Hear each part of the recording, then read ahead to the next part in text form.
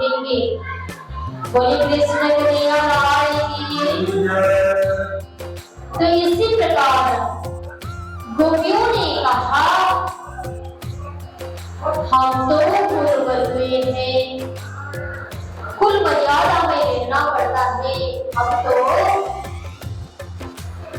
स्त्री धर्म भी पालन करनी है। अगर हम शाम को निकल जाए तो हमारे घर के लोग क्या कहेंगे? हम यहाँ आपके जो कहे हुए वचन को हम पालन नहीं कर सकते। हमको मर्यादा में रहना पड़ेगा ही। हमारे ससुर जी क्या बोलेंगे, हमारे घर के पति क्या बोलेंगे, लोग क्या बोलेगा? हमें तो वेद मर्यादा भी करेंगे, वेद मर्यादा माननी है। हम तो पूर्वज हुए हैं, वेद मर्यादा कुल मर्यादा की माया के संसार रूप में अब गोपियों लोग हंस चुके थे। तो गोपियों ने भगवान श्री कृष्ण के प्रस्ताव को माने नहीं। तब भगवान श्री कृष्ण ने सोचा, अरे मेरी गोपियों तो मेरी इतना कहने के साथ भी इन्होंने मेरी बात को मना किए, तो फिर ये कैसे मिल पाएंगे मुझसे? तो भगवान श्री कृष्ण सखियों से नाराज हुए कि मैंने जो वचन मांगा था वो मेरी गोपियों ने दे नहीं सके, अब तो मैंने कुछ करना पड़ेगा। तो भगवान श्री कृष्ण 52 दिन तक गोपियों से बात ही नहीं किए।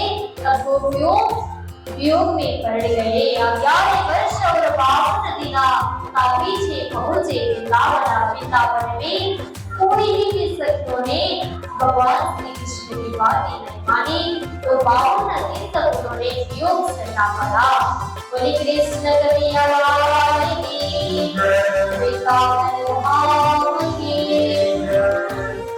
तो उस समय गोपियों पूरा वियोग की लीला सहन करना पड़ा।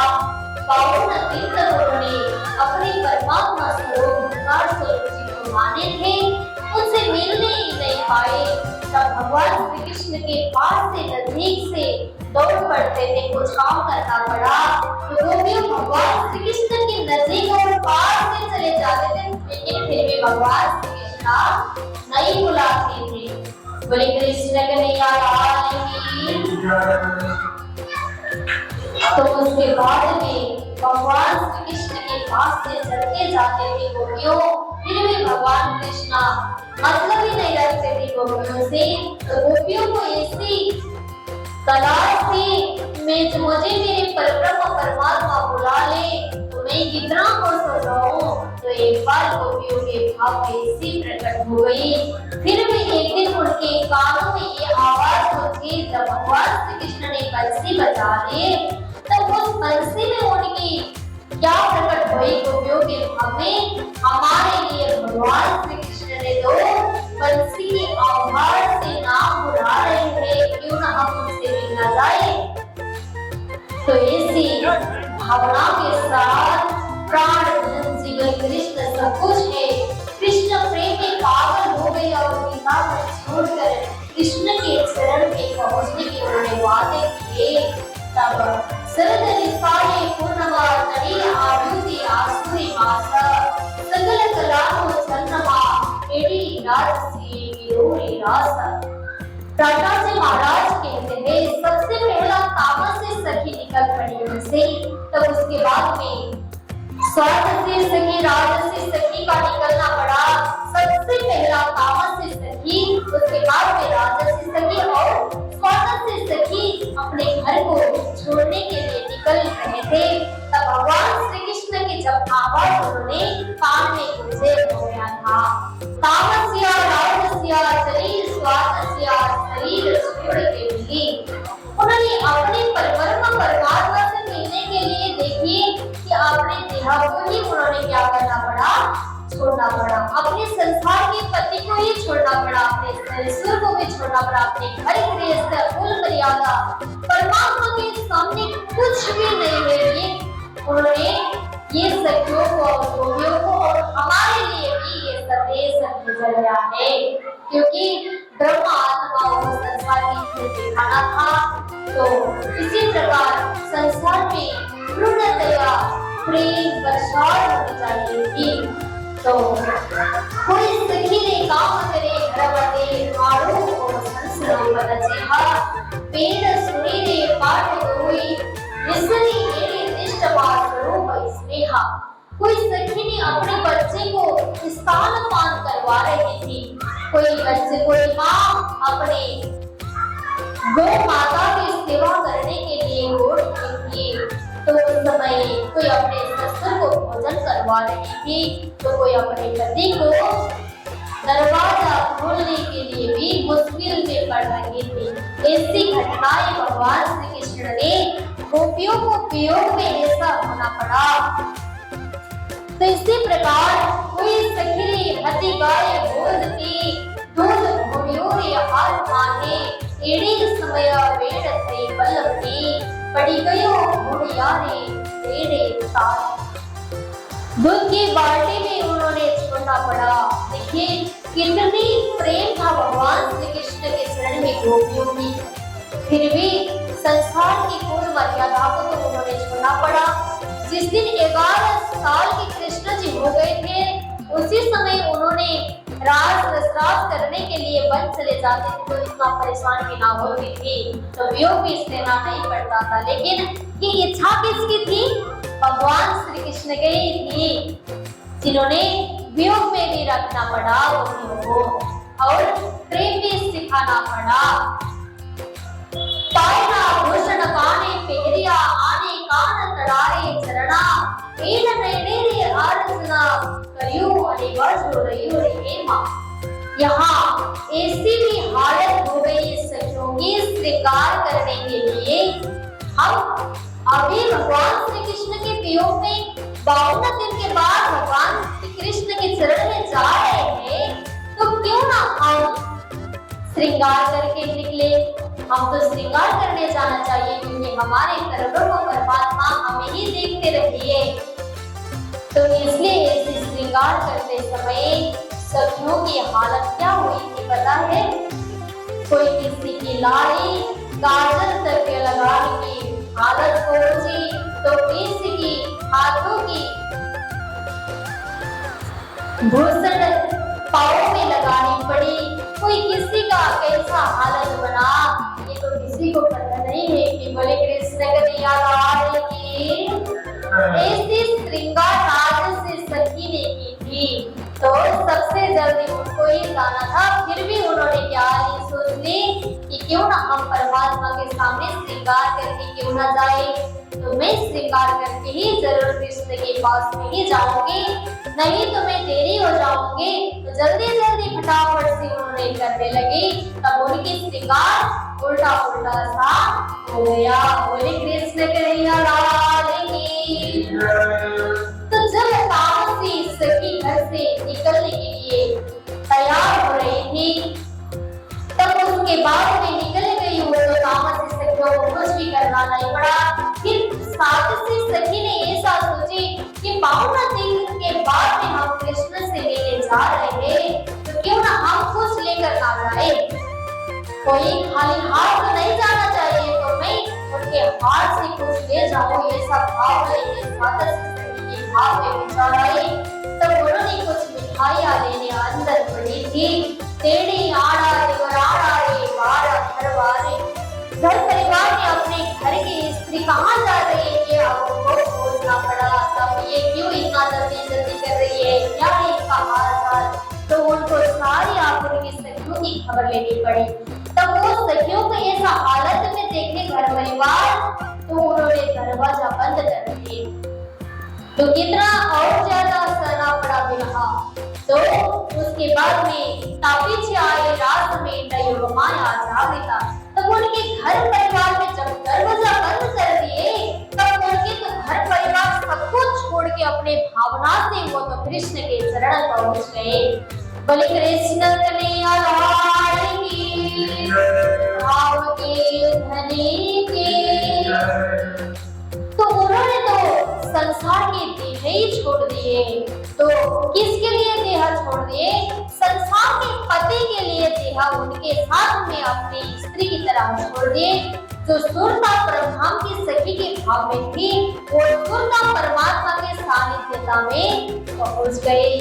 जो ब्रह्मांड माये सखी थी, जो गोपी के हृदय में आके सुरता पहुंची थी, वही सुरता अब भगवान श्री कृष्ण के चरण में पावन नदी की वियोग में सना पड़ा।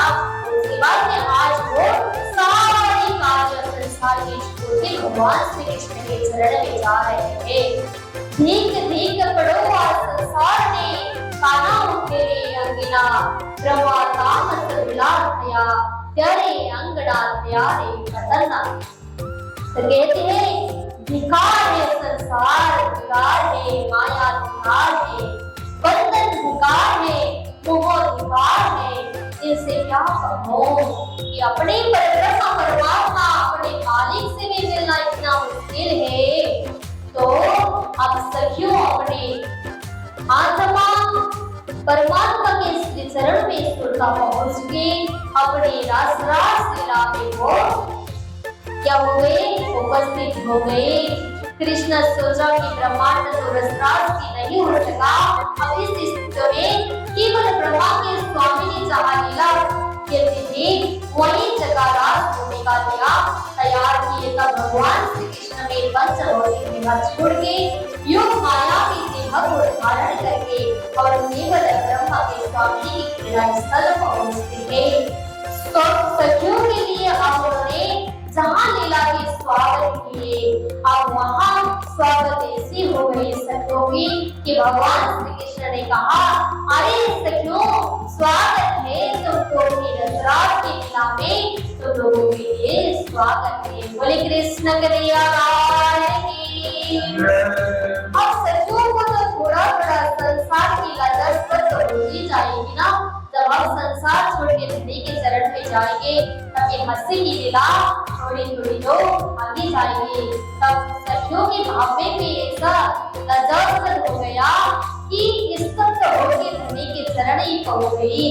देख देख पड़वा संसार ने श्री कृष्ण रात की भूमिका तैयार करके सखियों को प्रतीक्षा करते रहे। महामनी प्राणनाथ जी कहते हैं, एक स्वरूप ने यह वृंदावना यह जमुना नट सारा रति तीत शिव ब्रह्मांड की अलग हो एक काल समय गिरो धारा।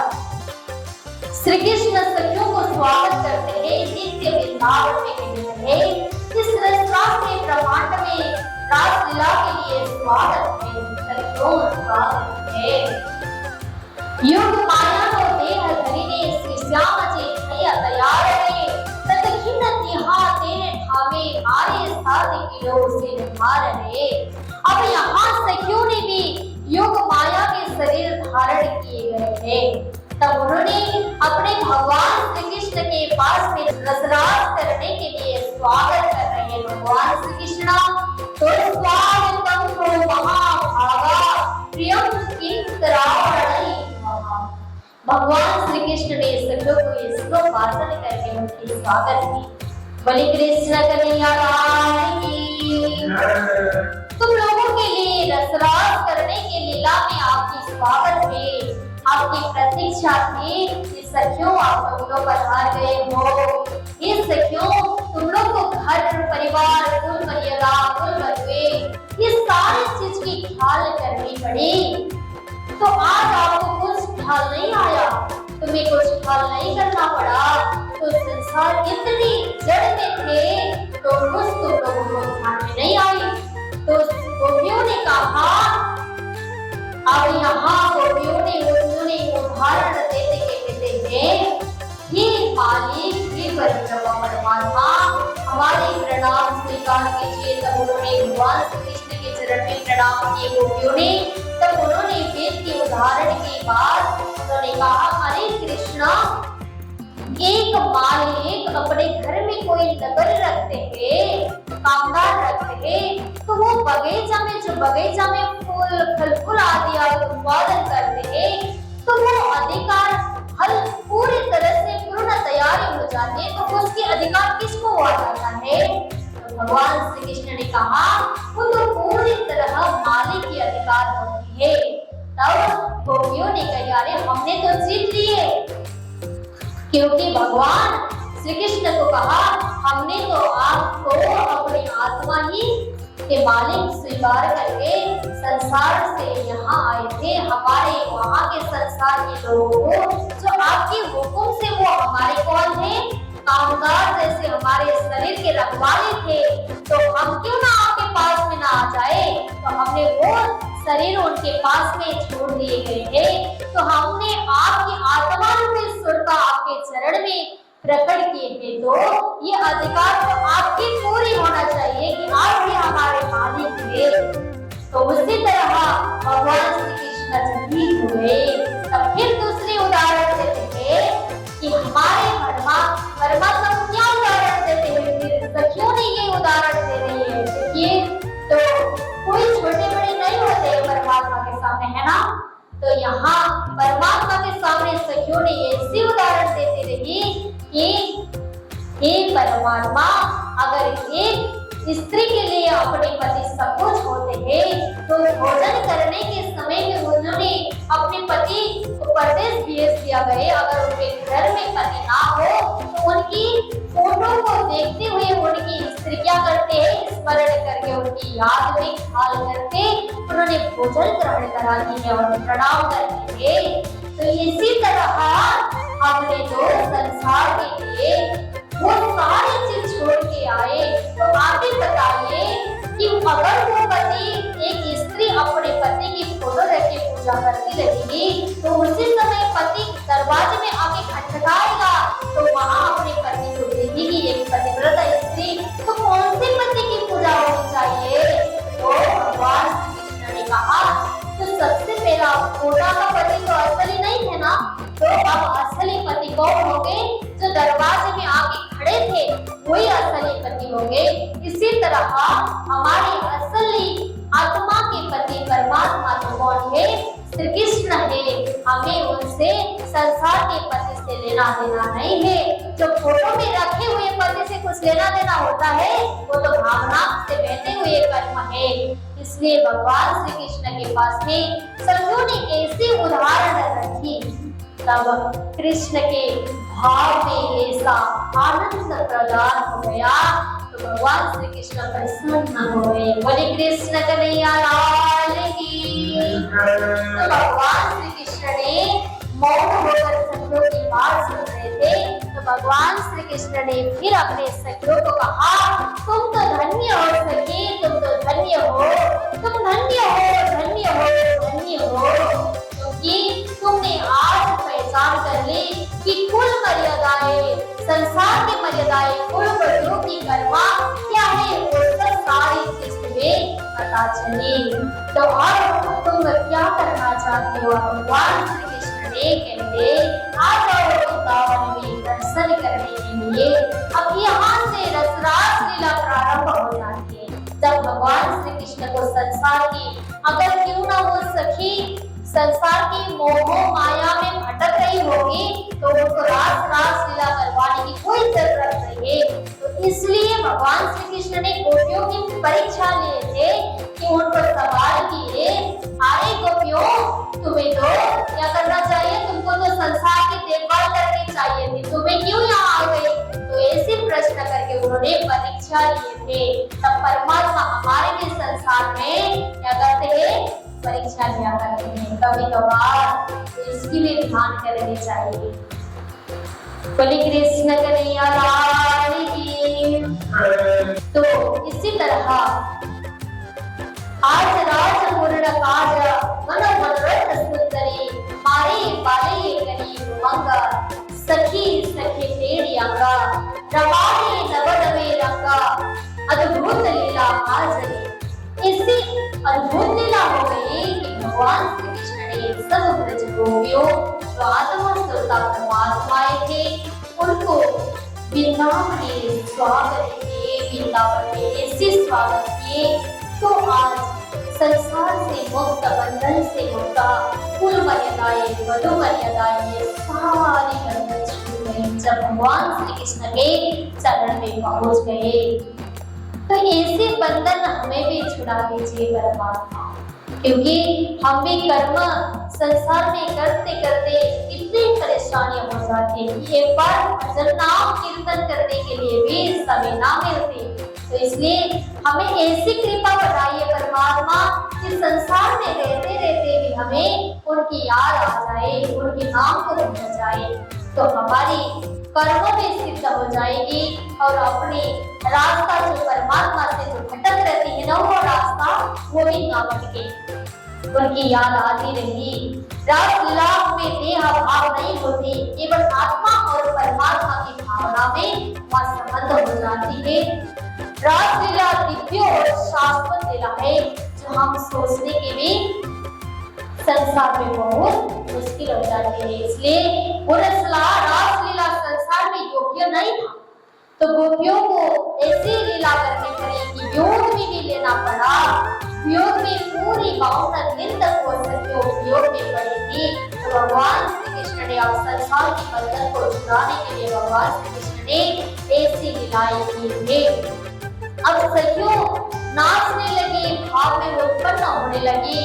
अब वह सारी सखियां ब्रह्म आत्माएं तो भगवान श्री कृष्ण के पास में ऐसी लीला करेंगी जो लीला नित्य वृंदावन में होता रहता है। बोले कृष्ण कन्हैया लाल की, वृंदावन धाम की। अक्षर भगवान रासलीला के दर्शन करा रहे थे। अब सखियों को ये लीला किसने कराए थे? भगवान श्री कृष्ण ने कराए थे। जो भगवान कृष्ण कहाँ के थे? अक्षर भगवान थे। उनके मन में ऐसी जागृत हो गई, अक्षरादित्य के मोहन में प्रेम ऐसे वर्तता, सुसुत अक्षर को नहीं किना में के लगता। ये लीला अब भगवान श्री कृष्ण जो अक्षर भगवान थे, अब उनके मन में भी ऐसा प्रकट हो गया कि क्यों ना हम अब ब्रह्म आत्माएं पर ब्रह्म परमात्माएं की लीला क्यों ना देखो। अब उनके भी मन में ऐसी इच्छा होने लगी कि इसलिए राजी ने भी अक्षर की लीला अनुभव करवा रहे थे, उस लीला को दिखा रहे थे। अक्षर को बड़ा आनंद आ रहा था। सब सखियों की लीला देखने में उनको भी बहुत प्रसन्नता मिल रही थी। ये लीला को ब्रह्मा में राजी ने बैठे बैठे सखियों को दिखा रहे थे। ये दो मगन हुए खिलाता अक्षर और अक्षरादित जो सखिया थे। अक्षरादित परमात्मा तो वो लीला नहीं कर पाएंगे, फिर सखियों की भावना में आकर के इतनी सारी लीला करनी पड़ी। तो फिर भी अब यहाँ सखियों और अक्षर के मन में ये लीला मग्न खेल में हो रहे थे। जब जोश लियो खेच करा, तब चित्त जोग भई अक्षरा। कौन अकड़ा कौन सत्या कौन हमा, क्यों चुप के मेरी आत्मा। सखियों ने अपने परब्रह्म परमात्मा की इच्छा और अपनी इच्छा को पूर्ण करने के लिए बाकी सारी बच्चियां बची हुई आवाज घर में दौड़ते दौड़ते मिले थे। बीच में योग माया में हमें रोक कर स्वीकार कर शरीर को बदलना पड़ा कि पंच भौतिक शरीर लेके वहां प्रवेश नहीं किया जाता था। श्री कृष्ण इसलिए फिर एक बार बंसी बजाए हम, तो उसके कदम के पेड़ में बैठ के कृष्ण ने, तो उसी समय भगवान श्री कृष्ण छिप जाते हैं। तो उसी समय सखियों ने अपने कृष्ण को क्या किया? भगवान श्री कृष्ण कहाँ चले गए वो ढूंढने लगे। वन में जाते हैं तो पेड़ों को खोजते हैं, तो पेड़ भी खोज नहीं बोला जाते हैं। तो सारी लीलाएं, सारे वहां की जितना भी लीला होती थी नित्य गाते थे, तो गाती थी तो नित्य करती थी। वो सारी लीला सखियों ने ही करती थी। जब तक श्री कृष्ण को कहा गया सखियों ने, अरे कृष्णा आपसे भी ज्यादा हम ये लीला में जो सागर से भरे हुए हैं, तो आप तो हमारे नित्य में रहते हो, बस इतना ही है, तो और कुछ नहीं। तो उसी समय अब भगवान श्री कृष्ण को मन में लगा, अरे सखियों ने तो हमें ही आदेश देने लगे, इनके अंदर तो अहम पैदा हो गया। तब थोड़े समय वहां से निकल पड़े तो राधा जी रास्ते में मिल गई। तो रास्ते में जब राधा जी मिल जाती है, तब उसी समय राधा जी को भगवान श्री राधा जी चलती जा रही थी तब उन्होंने भगवान श्री कृष्ण से कहा, अरे मैं तो चलते चलते पैदल थक चुकी हूँ। तो भगवान श्री कृष्ण को उन्होंने कंधे पे रखने के लिए बताई। तब भगवान श्री कृष्ण ऐसे कंधे में बैठाने के लिए तैयार भी हो चुके थे। तब उसी समय भगवान श्री कृष्ण अंदर ध्यान हो चुके, क्योंकि वहां राधा जी को भी क्या हो गया, हम पैदा हो गया कि हमारे जो कुछ कहने से भी भगवान श्री कृष्ण तो मान जाते हैं। तो इसलिए राधा जी ने भी ऐसा भाव में प्रकट की, तो सारी गोपियों ने भी भाव में ऐसे प्रकट किए। तो अब मैं यहाँ रहने के लिए अब इनको मुझे पहचान करवानी चाहिए कि मैं ना होने से आप लोग क्या करोगे। वो तो खेल ही तो था। अब इस खेल में कृष्ण ने अब फिर चमत्कार कर दिया, आप खो गए। अब सब सखियों ढूंढने लगे। तब वहां ऐसी भावनाएं जागृत हो रही थी। तब सब सखियां मेरा में पढ़ रहे थे। तो ब्रजमंडल में ऐसी भावनाएं जो सुर असुर बकासुर राधा कृष्णा, तो वहां विरह सब सखियों के भाव प्रकट हो रही थी। तो उसी समय सखियों के मन में ऐसा भाव प्रकट हो गया, भगवान श्री कृष्ण खुद ही तो हो गए, अब क्यों ना हम उनकी लीला कर सके, अब तो उनकी लीला करनी चाहिए। तो सब सखियों के मन में भाव ऐसे प्रकट हुए, अब किसी के कृष्ण बन चुके, कोई फिर राधा और अपनी सखिया गोपियों मक्खन चुराने लगे, ऐसी लीलाएं हो रही थी। तब उसी समय क्या करने लगे, भगवान श्री कृष्ण की बंसी बजाने लगे थे। बोले कृष्ण कन्हैया लाल की, धरी की।